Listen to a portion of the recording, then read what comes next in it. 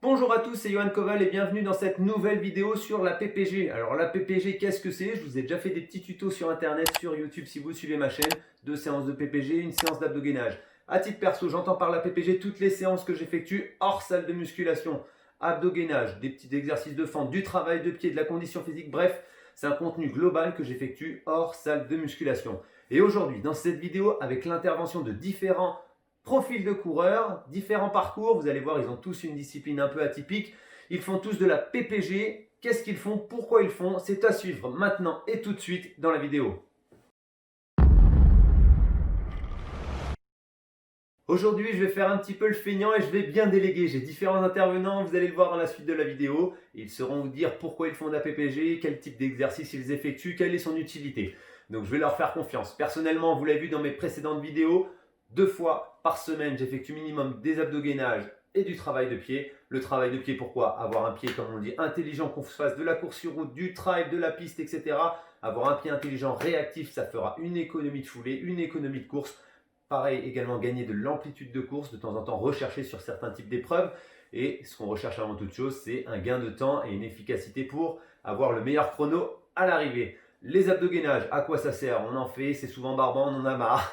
C'est pas forcément évident d'effectuer des séances d'abdos-gainage après un long footing ou une grosse séance, mais très important, la relation entre le bas du corps et le haut du corps pour rester le plus ergonomique possible, le plus placé possible, propre, efficace. Et forcément, encore une fois, ça se retrouve gagner des secondes à l'arrivée d'une course. Donc je pense qu'on est tous dans un but de dépassement de soi, de recherche de records, du travail de pied, des abdos-gainage. C'est un minimum à faire au moins 2 fois par semaine. Une séance d'abdos-gainage, une séance de travail de pied. C'est le strict minimum dans une préparation. Il ne faut pas que courir pour être performant. Il y a une multitude de choses à faire pour progresser. Et donc mes intervenants sauront vous expliquer pourquoi ils le font et ce qu'ils font maintenant et tout de suite.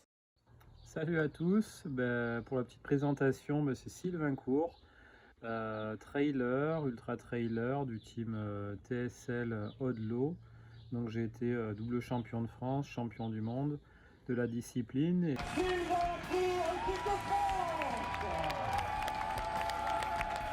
Aujourd'hui, je voulais vous faire un petit partage d'expérience sur ma pratique de la PPG dans l'entraînement, comment je l'intègre, comment j'en vois l'utilité. En fait, tout d'abord, la PPG, j'avoue, j'avais abandonné un petit peu la PPG depuis quelques temps et en fait, je l'ai réinclus dans ma préparation depuis le confinement. C'est une pratique que je fais au moins une fois, on va dire une fois par semaine minimum.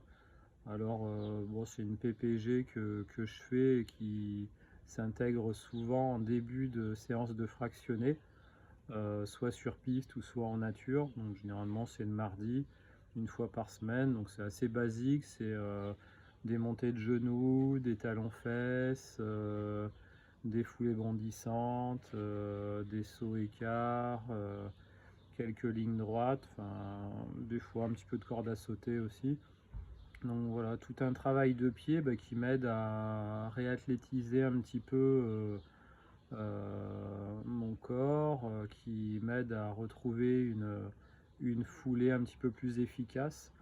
Donc voilà, un exercice que je pratique au moins une fois par semaine avant mon fractionné et que je fais un petit peu plus l'hiver, parce que l'hiver, c'est pour un trailer, on essaye de travailler un petit peu plus soit la vitesse ou soit pour d'autres plus montagnards le dénivelé en ski de rando en faisant beaucoup de dénivelé.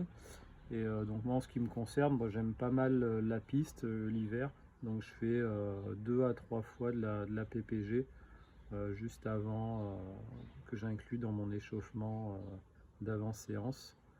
Donc voilà à peu près tout sur mon utilisation de la PPG. Je pense que dans n'importe quelle discipline de la course à pied, il y a un réel intérêt à faire du travail de pied, ne serait-ce que pour avoir une foulée plus efficace, plus tonique. Et moi, je peux que vous conseiller, en tout cas, moi, c'est très positif pour moi. Et je continuerai, c'est sûr, à en faire. Et voilà à peu près tout sur mon utilisation de la PPG au quotidien.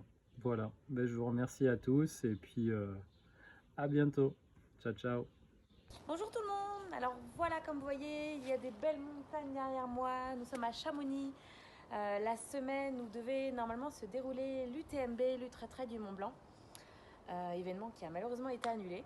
Mais c'est pas grave, on est quand même venus. Rapidement, je me présente. Je m'appelle Sylvaine Puceau. Je suis traileuse, ultra traileuse. Je fais partie du team ASICS Trail, ambassadrice Iron. Donc je pratique le trail running depuis à peu près 7 ans. Et la course à pied depuis à peu près mes 10 ans. Donc voilà, depuis quelques années. La question posée par Johan Koal était: est-ce que le trailer fait de la PPG pour se préparer? Probablement, certains trailers font de la PPG. Personnellement, je n'en fais pas. Par contre, je fais plus de renforcement musculaire.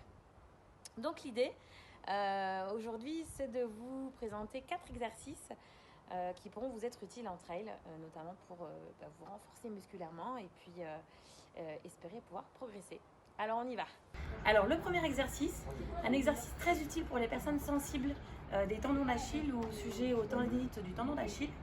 Il suffit d'avoir un petit rebord ou des escaliers, des marches. Et ça s'appelle le protocole Stanich. Donc vous montez sur pointe de pied et vous mettez sur le côté de la jambe qui est douloureuse, du tendon d'Achille. Vous descendez un maximum et remonter sur les deux jambes. Vous allez à Balme.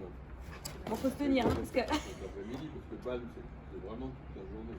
Mais c'est Hop. ce que je dis. Ah, non, mais oui, non, 15 j'ai- j'ai dit, répétitions on à se peu pose près. pour rendre, donc il n'y a rien d'autre prévu. Donc soit on fait que Et balle, ça fait bien travailler les mollets, ça renforce le mollet. basket, Le but c'est d'avoir moins mal au tendon d'Achille. sieste, C'est le mieux. Voilà pour le premier. Et on peut résister. Deuxième exercice, donc on essaie de faire des choses sans trop de matériel, juste une chaise, renforcement pour les genoux, pour éviter de se blesser, et renforcement des quadris. Donc, alors, soit tout simple, s'asseoir et se relever tout doucement, sans élan, sans s'aider avec l'élan, sans que ça travaille ici. Et on peut durcir l'exercice en faisant sur une jambe.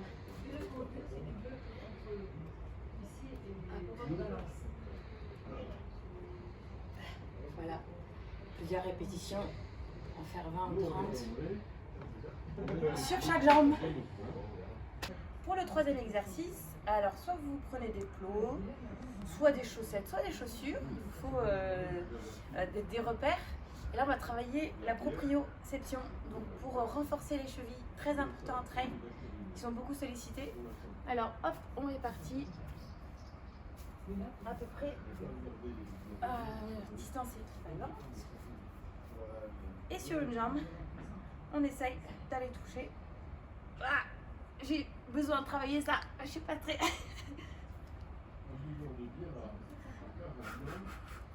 Voilà, en fait, ça fait travailler la cheville qui reste au sol. Après, il y a plusieurs exercices. Ça peut être tout simplement, si vous n'êtes pas très habile comme moi, pour commencer, ça peut être juste rester en équilibre, les yeux fermés, les yeux ouverts. Vous alternez et c'est génial. Voilà, ça renforce bien les deux chevilles. Bien ne pas oublier à faire les deux côtés. Plusieurs fois, répéter plusieurs secondes, voire plusieurs minutes. Quatrième exercice, on va partir sur un exercice très complet qui fait travailler tous les groupes musculaires, qui est beaucoup utilisé en fitness, qui se fait sans appareil, donc ça c'est pratique sans matériel. Vous mettez en position, ça s'appelle le mountain climber, en position sur les mains, les jambes pliées, et on fait ça. Ça fait même travailler cardio. Faire attention de ne pas trop monter les fesses. 30 secondes, 8 fois 30 secondes on peut faire. Et après, plus vous allez être confirmé, plus vous allez pouvoir en faire avec un peu de récup. L'idéal c'est de faire ça en fin de séance. Voilà, ça permet de renforcer les abdos, renforcer les bras et aussi un peu les cuisses. Voilà. Bon, il y a plein d'autres exercices à faire, mais on a un compagnon. Mais voilà, on va déjà partir sur ces 4-là. Bon entraînement à tous, à bientôt. Salut tout le monde, c'est Alexis Mielet. Donc pour ceux qui ne me connaissent pas déjà, je suis athlète au Dijon University Club et je suis spécialiste de 1500 mètres. Mais je fais aussi du 800 mètres et du cross l'hiver dans ma préparation pour le 1500. Et aujourd'hui, Johan m'a demandé de vous parler un petit peu du travail de PPG et l'intérêt que ça a pour moi dans l'entraînement. Donc déjà, le travail de PPG, donc préparation physique générale, ça va être du travail d'appui et du travail de renforcement musculaire. Donc pour moi, le travail de renforcement musculaire, ça occupe un entraînement par semaine, on va dire, le mardi soir, où je vais faire 40-45 minutes jusqu'à 1 heure maximum de abdos, gainage, pompe, voilà, tous les exercices assez basiques, on va dire, que tout le monde connaît, qui vont viser à renforcer ma ceinture abdominale, voilà, les bras, les pectoraux, et le dos aussi, c'est important. Et en fait, ce travail-là, il va être important, surtout, pour moi en tout cas, surtout dans les fins de course. Parce qu'au début de course, tout le monde est très bien placé, il n'y a pas de souci. Et dans les fins de course, on voit souvent des athlètes, soit qui vont commencer à se pencher en arrière, soit qui vont se pencher en avant, parce que il y a le lactique qui commence à monter. Et du coup, ils sont de moins en moins efficaces au niveau de leur foulée. Et voilà, du coup, ça part un peu dans tous les sens. Les muscles, ils sont plus assez costauds. Et forcément, il y a de la perte, il y a de la perte d'énergie. Et à l'arrivée, ça se ressent sur les performances avec un chrono qui aurait pu être un peu mieux si, s'ils avaient déjà renforcé ça en amont. Et le travail d'appui, du coup, moi, je vais pas faire de grosses séances d'appui. J'en ai 1 à 2 par an maximum. C'est pas très bien, ça pourrait être plus. Mais le travail d'appui, moi, je vais le faire un petit peu au quotidien, on va dire, chaque jour, ou allez, 3-4 fois par semaine, dans mon échauffement, après mon footing d'échauffement, où je vais faire du skipping, du talon-fesse, des tirades, et je vais essayer de les faire correctement et de me concentrer là-dessus pendant 10 minutes.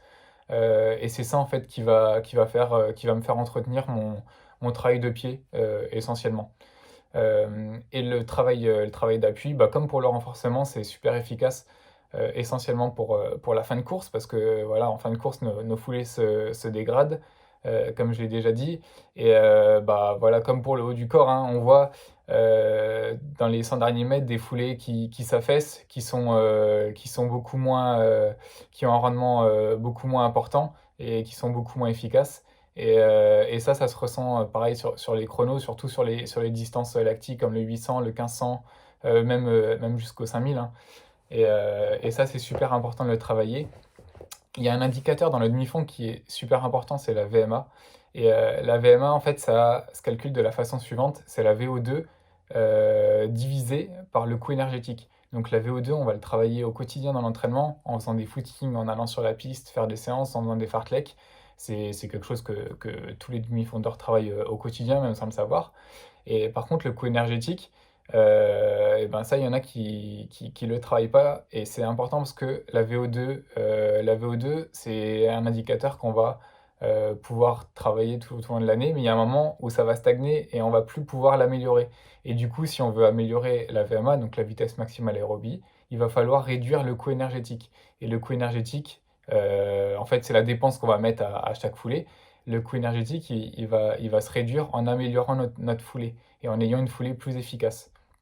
Donc si on a une foulée plus efficace, le coût énergétique va se réduire et forcément, eh ben, on va aller plus vite. Donc c'est un travail à ne surtout pas délaisser. Et voilà, c'est comme il faut courir, mais il faut courir bien. Et c'est super important de faire du travail de PPG, pas uniquement un mois dans l'année, mais c'est un travail qui doit se faire tout au long de l'année, 1, 2, 3 fois par semaine, suivant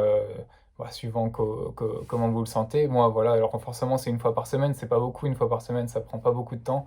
Le travail d'appui, voilà, c'est 10 minutes, 2, 3 fois par semaine, donc c'est pas grand-chose et c'est important. Voilà, à bientôt sur les pistes, j'espère. Salut à tous, donc aujourd'hui j'aimerais vous partager un peu ma version de la PPG ou un renforcement général. Donc voilà, pour moi il y a deux raisons déjà pourquoi je fais pas mal de...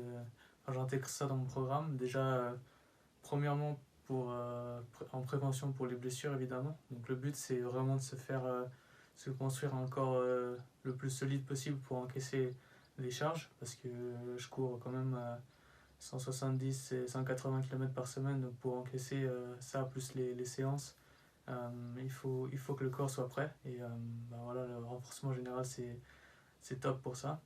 Et ensuite, bah deuxièmement, pour la performance, donc évidemment, garder le dynamisme, parce qu'avec aussi tous les kilomètres, c'est important de ne pas devenir lent.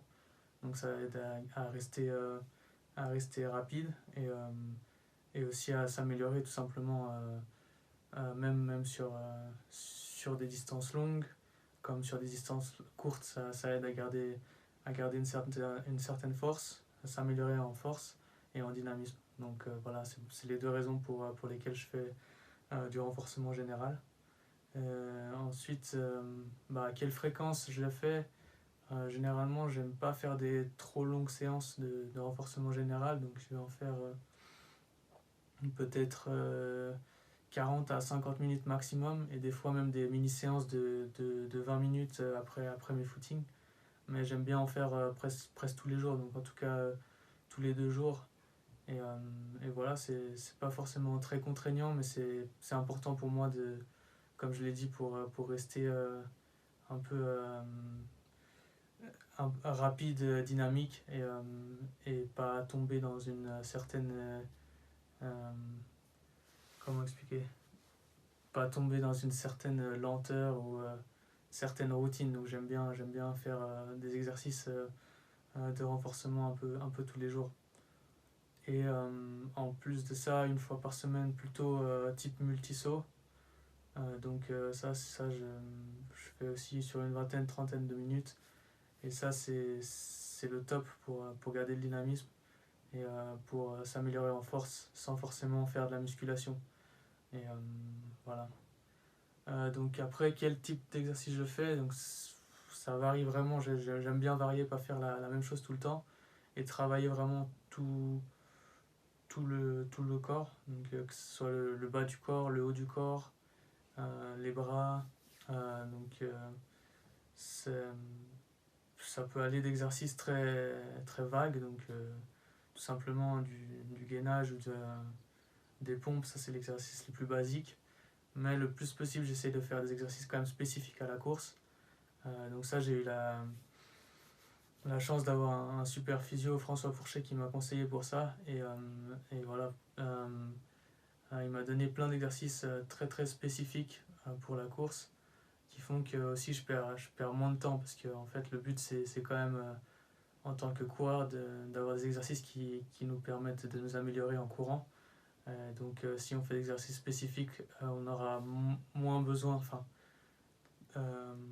de travailler longtemps, donc travailler plus court, et ce sera tout aussi efficace, enfin plus efficace évidemment, puisque ce sera vraiment spécifique à la course. Et voilà, donc c'est aussi une autre chose auquel je fais attention quand je fais ces exercices.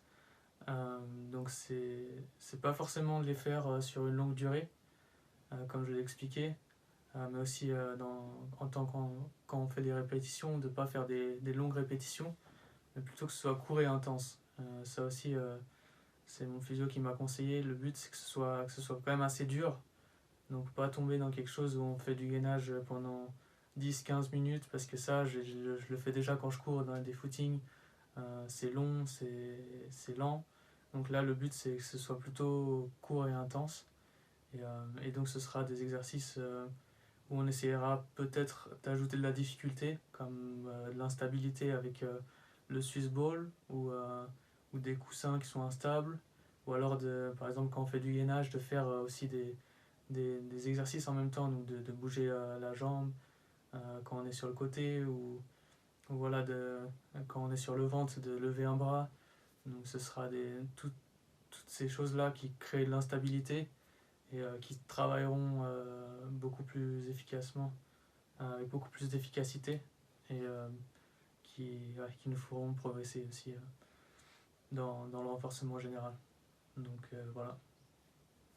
Voilà, alors comme à mon habitude, j'espère que cette vidéo vous aura plu, qu'elle aura été explicite et constructive. Je tiens particulièrement à remercier tous mes intervenants car c'est pas forcément évident de prendre le temps de se présenter face caméra et de faire un petit monologue pour expliquer pourquoi on fait de la PPG. Mais vous l'avez compris, quelle que soit l'épreuve ou la discipline, il ne faut pas que courir pour progresser. Tout le monde a un type de PPG, tout le monde travaille et apporte des choses externes à la course à pied pour progresser. Donc voilà, vous voulez gagner des secondes, effectuez des séances de PPG. Merci beaucoup d'avoir suivi cette vidéo jusqu'au bout. Je vous invite comme à mon habitude à liker, partager cette vidéo, le petit commentaire en dessous qui va bien si vous avez aimé et me faire évidemment des suggestions de vidéos futures car c'est en échangeant qu'on va aller faire des contenus constructifs qui vous correspondent avant toute chose. Merci beaucoup d'avoir suivi cette vidéo jusqu'au bout. Je vous donne à très bientôt. Rendez-vous sur les pistes. Bon run à tous. Ciao Soupa!